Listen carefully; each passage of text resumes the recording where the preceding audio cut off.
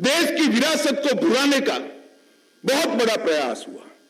मोदी जी ने लाल किले की प्राचीर से कहा कि हम देश की जनता एक फैसला करे कि गुलामी की सारी निशानियों को इस देश से उखाड़ कर फेंकेंगे।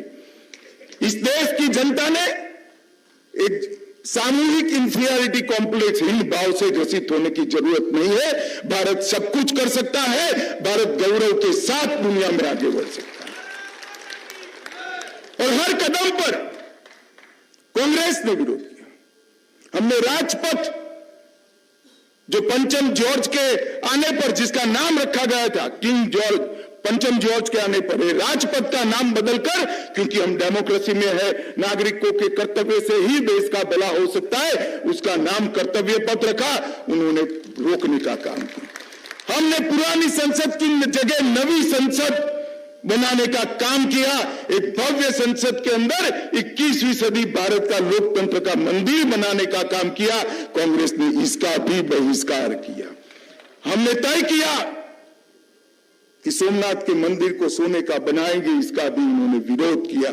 हमने केदार धाम और बद्री धाम को पुनर्जीवित किया, इसका भी विरोध किया। हमने महाकाली लोक बनाया, इस पर भी आरोप किया।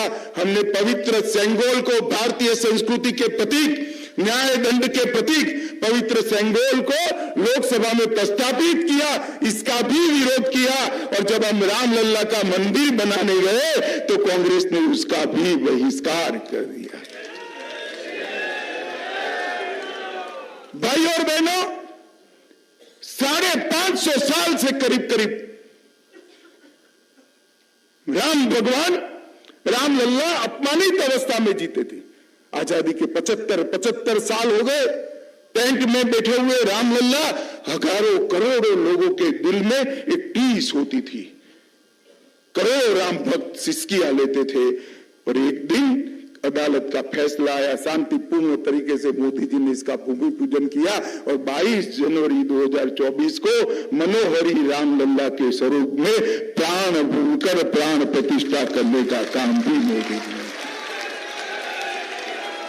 और दक्षिण से लेकर उत्तर तक और पूर्व से लेकर पश्चिम तक और दुनिया भर में करोड़ों आस्थावान सम्मान के साथ ये दृश्य देखकर आंख में आंसुओं के साथ भाव विभोर होते हुए मैंने भी देखा है। मित्रों, करोड़ों लोगों ने जिसके लिए हमेशा संकल्प लिया, लाखों लोगों ने बलिदान दिया, वो 525 साल की लड़ाई का अंत नरेंद्र मोदी जी के शासन में हुआ और देश को पुनः इनको ये मंदिर पत्थर से बना हुआ प्रभु श्री राम का मंदिर लगता है।